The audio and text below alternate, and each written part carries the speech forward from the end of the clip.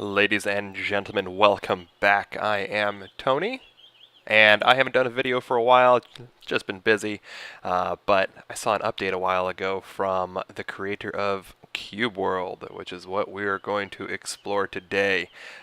Cube World is developed by a guy named Wally. It is an extremely alpha game, but it is extremely enjoyable. It's cute as hell.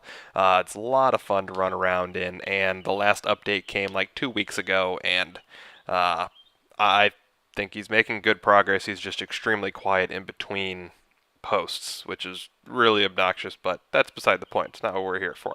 So what I want to do is go over this cute little game. I am actually operating in 720p just because it makes recording for me a touch easier, so forgive me, the top of Cube World is cut off. If you run it in 1080, it looks great, and you can see all of the Cube World icon and its alphaness. So let's just fire up a game here real quick. I created a guy originally just called Ixar because most of my games are EQ oriented. Sorry. So, Lizard Man, Ixar, couldn't resist. But I'm going to create a new character for this. For this, it's a voxel-based game, which gives it this cube-like appearance, but it makes everything very bright and cute and just great. So, as you can see, everybody looks great. So, there are a bunch of races for this game, which I really like. No races have any abilities that make it better than one or the other, at least as far as I know. But there are humans, elves, dwarfs, orcs, goblins, lizards, undead, frogmen, and then back to human. From those races, you can just be male or female, which changes the appearance ever so slightly of each one. And then you can be a warrior, ranger, mage, and rogue. So warrior and rogue are both your melee classes. You have to be very up close and personal. The rogue does a lot of damage, but you really have to have your dodges down to be able to be successful in combat. Warriors can obviously take more damage because they're the tanking class, so you're going to get more HP and abilities that will deflect damage. Or absorb damage, I believe. The Ranger and the Mage are both your range classes. Most of their abilities are, single shots with your left click, and your right click is a charge up, and then a blast away, which I'll show you kind of with the Ranger. Because, I think we'll play the Ranger. Why not? So we'll be a male, and humans are no fun. We got to pick something different. About a frogman ranger, because frogs can operate bows extremely well. Well-known fact. But as you can see, little faces are different. Oh, we got to go with the open mouth tongue. And he gets little haircuts, which apparently just affects his eyes. So that's cool. That's cool. And what does this do? Hair color? Is this changing anything? Apparently not on this one. Okay. I know it does for some things, but on this one it doesn't. So let's go with orange eyes. And, I was doing multiplayer before. So the other neat thing about this game is it actually has multiplayer capability. You have to create a seeded server and host your own server, but that's for another video at another time. I've seen some videos. Sorry guys, they're crap. But maybe I'll make one and try to do a better explanation of that. So this is just my single player world board. To create a world, worlds need seeds. That's from a previous attempt. And seeds can just be a straight sequence of numbers. It could be seed 1. It could be seed 9999999. Doesn't matter.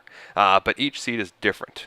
But if you make the same seed as 1, 2, 3, 4, 5, 6, and I make the same seed as 1, 2, 3, 4, 5, 6, they are in fact going to be the same world. So people have found some certain items that are close to the starter point of worlds and say, go do this seed and you can get this stuff. And you can take your characters between different worlds. So that's really nice. For this, we'll just go Froggy Map. So 1, 2, 3, 4, 5, 6 is the seed. Name is Froggy Map. Create my world, and it should just drop us right in. Cool. So here's my guy. Woo, jump around. If you have a middle mouse click, you can do your barrel roll. So this is your dodge, and as you can see, you have stamina for the amount of dodge that you can do, and then it just slowly recharges.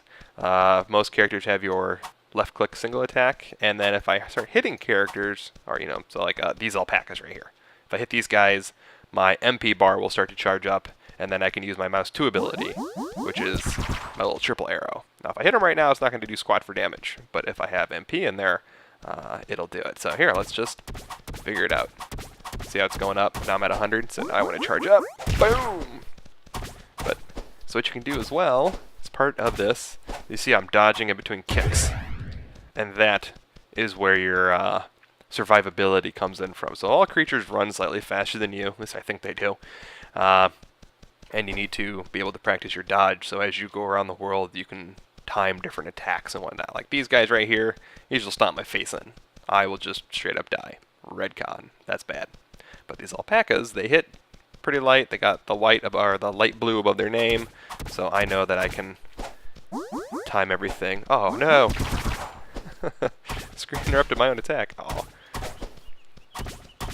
Wow. So this game is extremely fun with friends. Honestly, I would play this game only with friends. By yourself, as you can see, the EXP, I've only gotten 1 each so far. What's with the bar from? Oh, it must have been when I was playing earlier. Just the gains from that one.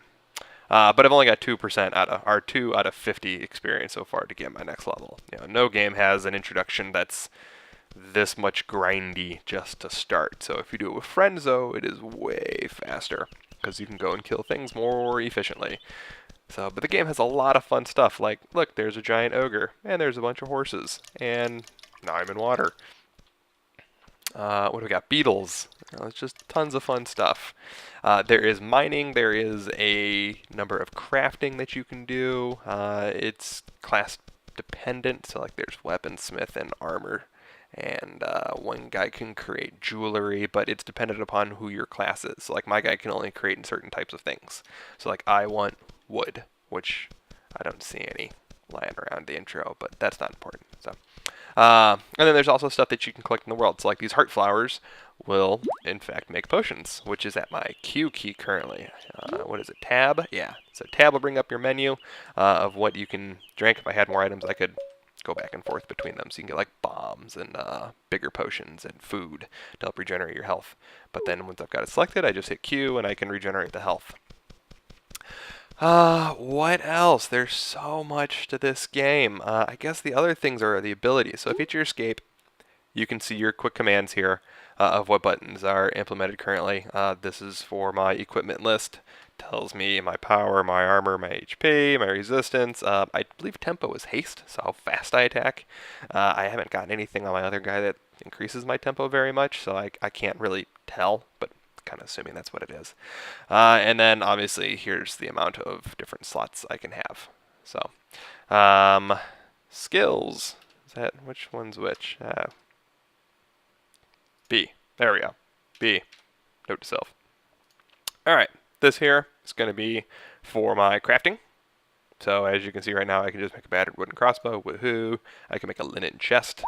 I can't make any amulets. Here's the food I can currently create, the potions I can currently create, and the formulas for turning raw materials into bigger items. As you level up, you automatically gain access to like the next level of being able to create potions, so you're not outscaling yourself, which I think is a really neat implementation. Same goes for food. The last thing is skills. So each class has a subclass that you can choose. In this case, for a ranger, you can be a sniper or a scout. It changes, let me see, does it change the basic? I guess not. Not for this guy anyways. But it will change these abilities. Let me see, scouts retreat. Uh-oh, can I not do it anymore? Oh, boop. Yeah, doesn't change anything for this guy. But on the other classes, it can change these. So how your guy enacts in future levels. And once you get level 2, it's locked in. You can't change it anymore. And I don't know if there's a way to change it or not. I honestly don't know. But that's not important. What I should have been doing when doing this is just running around so you can kind of get an idea of how vast this world is. But if I go to my map, you can get a very good idea of just how big each little biome is. So this is the edge of my current biome. If I were to go to the edge of this, another biome is automatically added. And as I explore it, you can see the surrounding area, but if I zoom out, you know, it eventually goes away. But I could do this, and if I had walked through that area, you could see exactly how far I'd been. Oh god, what's hitting me? Oh, create a lemon beetle. I don't want to die. So can I kill him? Wah! So, oh man, I gotta quit interrupting myself.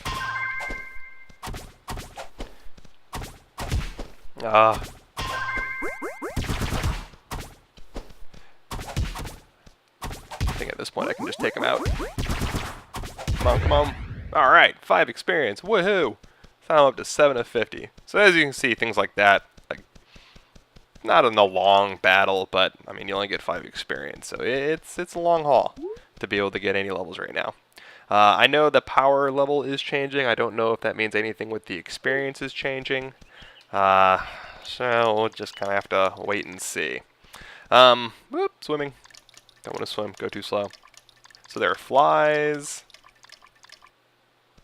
And there's just so much to this game. Some plains runners. I believe you can get these as pets. Oh my god. They're coming after me. Okay, so I can run forward the same speed that they run at me. Do a barrel roll. Oh my god. Eventually they'll stop chasing me. At least I hope they'll stop chasing me. Oh my god. Make them go away. I don't have the health for this. But you can. Drink and run. So it's kind of a neat thing, but you can't eat and run. But okay, so there, they finally broke off. But what I actually wanted to do was just kind of get to the first city and then just kind of call it. So Thalgor City. Heading there, heading there. You see it like auto-generates houses and terrain and little, you know, cute land bridges. It's just, it's a neat game. So I wish I had some friends on right now that I could show this with. You know, go kill a boss or something. Be more entertaining. Maybe I'll do that in a future video. But just pick up little stuff, go visit your town, go explore, go craft. It's a hoot. It's an absolute hoot. So let's see, where can we go for here? Oh, so one thing you can't do is bring up your menu and then move. If you do, it automatically kicks it off. So like I said, I think there are some, for alpha it's great. For where it stands, it needs a whole lot of work, but is that a polishing thing more than anything else? Like not necessarily a game breaking or anything silly like that. So for where it stands, I think everybody should go and at least try it out, because there is a demo out there right now too. But here you go. Here's your inn. Boop. Look around, look around. Here's my inn keep. So resting, just as a head note, if you do it at the evening, it will pass through the night. When night comes around, you can't see squat, which is really kind of interesting. Which is another patch note he wanted to do was bring the map smaller together, so that you can get the towns easier for vendoring and kind of, I guess, other things as well. You know, so eventually once your equipment bags fill up, you're kind of useless. You're just tossing stuff on the ground, and you can no longer get coins. But that's really more or less it for what I wanted to show. I think this game is absolutely a hoot. If you haven't gotten the demo, I think you should. You can go get it on the Picorama website, or just Google Cube World. It's the first one that comes up. But no, the download you want to go through is his main site, which is the Picorama. Until the next time then, I am Tony. This is my little frog ranger. Bang, bang! And I hope you guys had fun. I'll talk to you next time.